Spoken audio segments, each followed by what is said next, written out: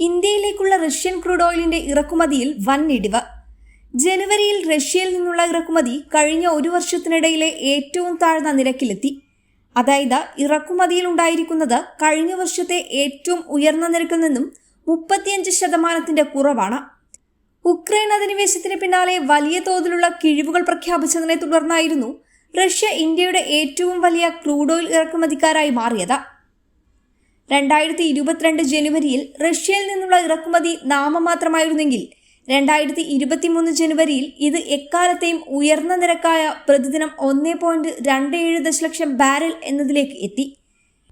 ഇതോടെ പരമ്പരാഗത ഇറക്കുമതിക്കാരായ Iraq, Saudi Arabia എന്നിവരെ മറികടന്ന റഷ്യ ഇന്ത്യയുടെ ഏറ്റവും വലിയ പങ്കാളിയായി മാറുകയും ചെയ്തു. ജൂലൈയിൽ പ്രതിമാസം 1.99 ദശലക്ഷം ബാരലായിരുന്നു റഷ്യയിൽ നിന്നും ഇറക്കുമതി ചെയ്തത്. ഇന്ത്യയുടെ ആകെ ഇറക്കുമതിയുടെ 30% റഷ്യയുടെ വിഹിതം. എന്നാൽ പതിയെ റഷ്യയിൽ നിന്നുള്ള ഇറക്കുമതിയിൽ കുറവുണ്ടാക്കുകയായിരുന്നു. അമേരിക്കയുടെ നേതൃത്വത്തിലുള്ള പാശ്ചാത്യ രാജ്യങ്ങൾ ഉപരോധം കൂടുതൽ ശക്തിപ്പെടുത്തിയതാണ് ഇന്ത്യയിലേക്കുള്ള ഇറക്കുമതിയെ അടക്കം ബാധിച്ചത്. ബാരലിന് $60 എന്ന പരിധി മറികടക്കുന്ന കയറ്റുമതികൾക്ക് ഇൻഷുറൻസ് അടക്കമുള്ള കാര്യങ്ങൾക്ക് നിയന്ത്രണം ഏർപ്പെടുത്തിയതോടെ റഷ്യയിൽ നിന്നുള്ള ഇറക്കുമതി ചിലവ് വർദ്ധിച്ചു. ഇതോടെയാണ് ഇന്ത്യൻ റിഫൈനറിമാർ പതിയെ റഷ്യയിൽ നിന്നും പിൻവലിയാൻ തുടങ്ങിയത്. റഷ്യയും സാമ്പത്തിക ഉപരോധത്തിന് കീഴിലായതിനാൽ 2022 റിസർവ് ബാങ്ക് ഓഫ് ഇന്ത്യ വ്യാപാര പേയ്മെന്റുകൾ രൂപയിൽ തീർപ്പാക്കാൻ അനുവദിക്കുന്ന ഒരു സംവിധാനം സ്ഥാപിച്ചിരുന്നു. എന്നാൽ ഇടപാടുകളുടെയും വിനിമയ നിരക്കിന്റെയും അപകട സാധ്യതകൾ കാരണം ഈ ചട്ടക്കൂടിന്റെ ഉപയോഗം പരിമിതപ്പെടുത്തിയിരിക്കുന്നുവെന്നാണ് പ്രാദേശിക മാധ്യമങ്ങൾ റിപ്പോർട്ട് ചെയ്യുന്നത്.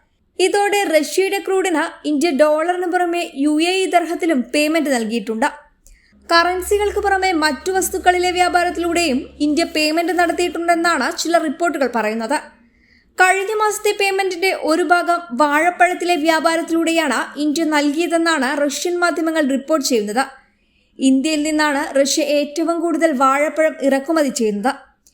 ഇന്ത്യയിലേക്ക് ഇറക്കുമതി ചെയ്യുന്ന ക്രൂഡ് ഓയിലിന്റെ വിലയിൽ ഒരു ഭാഗം കയറ്റുമതി ചെയ്യുന്ന വാഴപ്പഴത്തിന്റെ വിലയിൽ നിന്നും ഈടാക്കുകയാണ് ചെയ്യുന്നത്. ഇതിന് കമ്പനികൾ തമ്മിൽ പ്രത്യേക ധാരണയും ഉണ്ടാകും. അതായത് റഷ്യൻ കമ്പനികൾ വാഴപ്പഴ ഇറക്കുമതിക്ക് ഇന്ത്യൻ കമ്പനികൾക്ക് നൽകേണ്ട തുക ഇങ്ങോട്ട് കൈമാറാതെ അവിടുത്തെ ഓയിൽ കമ്പനികൾക്ക് കൈമാറും. ഇന്ത്യയിലെ ഓയിൽ റിഫൈനറിമാർ ഇതിന് തുല്യമായ തുക ഇവിടെ ഓയിൽ കമ്പനികൾക്കും കൈമാറും. സമാന രീതിയിൽ മറ്റു രീതിയിലുള്ള ഇറക്കുമതികളും ഇടപാട് നടത്താൻ ധാരണയുണ്ട്.